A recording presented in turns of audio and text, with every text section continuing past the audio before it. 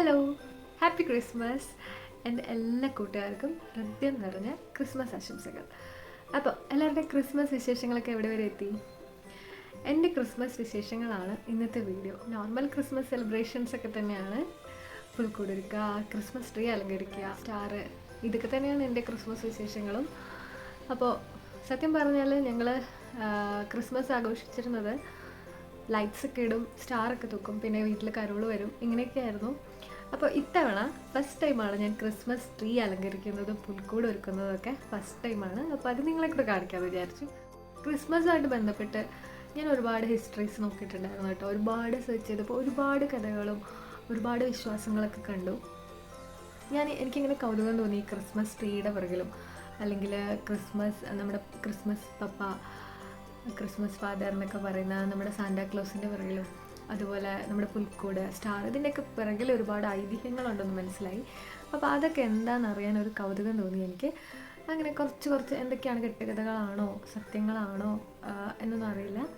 ഒരുപാട് കഥകൾ ഇതിൻ്റെ പിന്നിൽ, ഒരുപാട് പല കഥകൾ ഇതിൻ്റെ പിന്നിൽ പറയുന്നുണ്ട്, ഒരുപാട് ഐതിഹ്യങ്ങൾ പറയുന്നുണ്ട്. അപ്പോൾ എൻ്റെ പുൽക്കൂട് ഒരിക്കലും ക്രിസ്മസ് ട്രീ അലങ്കരിക്കലും ഇവിടെ കുറച്ച് ഐതിഹ്യങ്ങളും ആവാമല്ലോ. അപ്പോൾ വെൽക്കം ടു മൈ ചാനൽ ശ്രീവിദ്യാസ്. അപ്പോൾ എൻ്റെ വീഡിയോയിലേക്ക് പോകാം.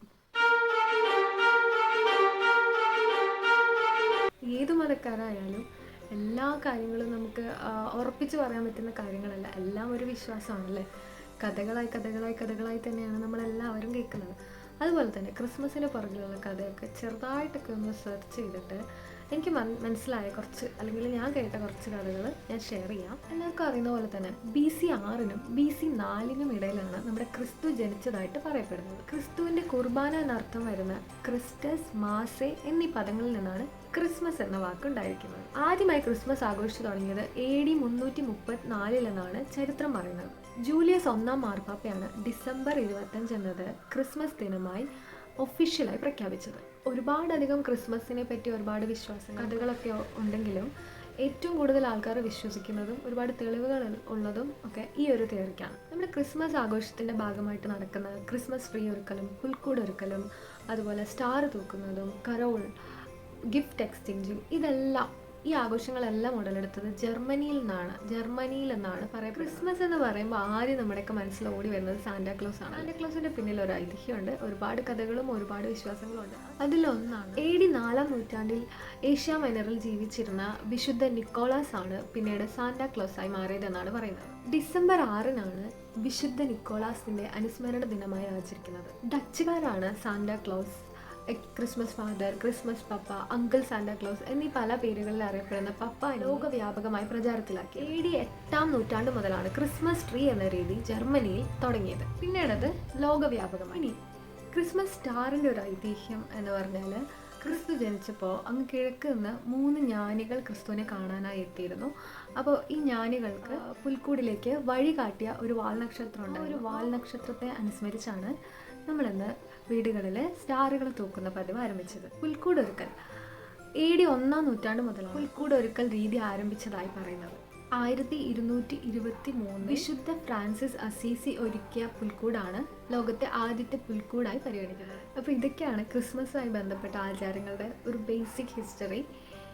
ഇതിലൊക്കെ എത്രത്തോളം സത്യമുണ്ട്, എന്താണ് ഇതിൻ്റെ സത്യാവസ്ഥ എന്നൊന്നും അറിയില്ല. എല്ലാവരും കേൾക്കുന്ന കഥകളൊക്കെ തന്നെയാണിത്.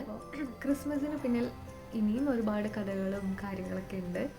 എന്തായാലും ക്രിസ്മസ് രാവ് എല്ലാ ദുഃഖങ്ങളും എല്ലാ വിഷമങ്ങളും മാറ്റി എല്ലാവരും സന്തോഷമായിട്ട് ആഘോഷിക്കുക. എല്ലാവർക്കും അഗെയിൻ ഹാപ്പി ക്രിസ്മസ്.